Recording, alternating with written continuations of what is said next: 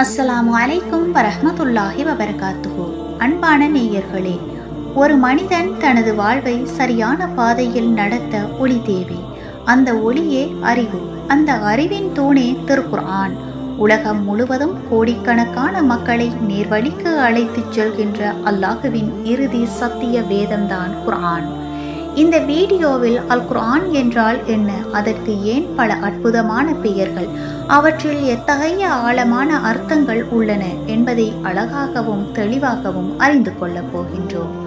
திருக்குர்ஆன் என்றால் என்ன? திருக்குர்ஆன் என்பது அல்லாஹுவின் சொல், கலாமுல்லாஹ். இறுதி தூதர் நபி முஹம்மது ஸல்லல்லாஹு அலைஹி வஸல்லம் அவர்களுக்கு ஜிப்ரீல் அலைஹிஸ்ஸலாம் அவர்கள் மூலம் சுமார் 23 வருட காலத்தில் அருளப்பட்ட இறுதி வெளிப்பாடாகும்.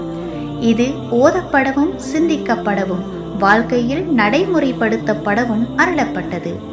இம்மையும் மறுமையும் வெற்றிக்கான முழுமையான வழிகாட்டி இதுவாகும்.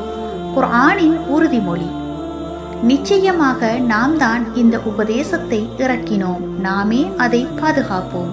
திருக்குர்ஆனில் தனித்துவமான பெயர்கள் மற்றும் சிறப்புகளாக திருக்குர்ஆன் அர்த்தம் ஓதப்படுவது. உலகில் அதிகம் ஓதப்படும் வேதம். ஒவ்வொரு எழுத்துக்கும் நன்மை வழங்கப்படும். அல் ஃபுர்கான் அர்த்தம் உண்மையையும் பொய்யையும் பிரித்தறிவிப்பது.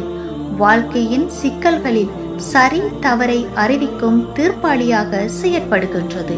ஃபுர்கானை இறக்கியவன் பாக்கியமிக்கவன். 25வது அத்தியாயம் 1வது வசனம்.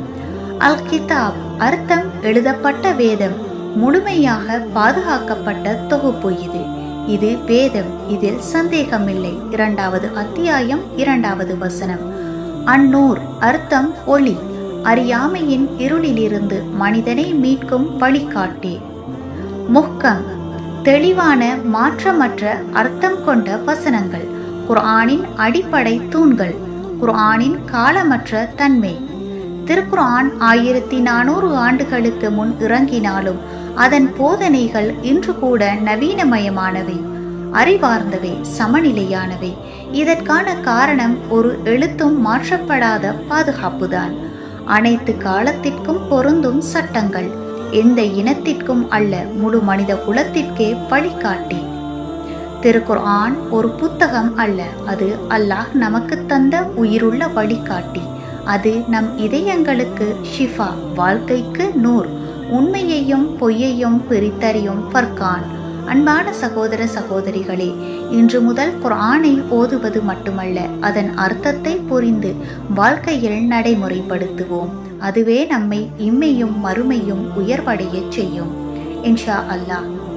இந்த வகையான இஸ்லாமிய அறிவு பயணத்தை மேலும் தொடர விரும்புகின்றீர்களா?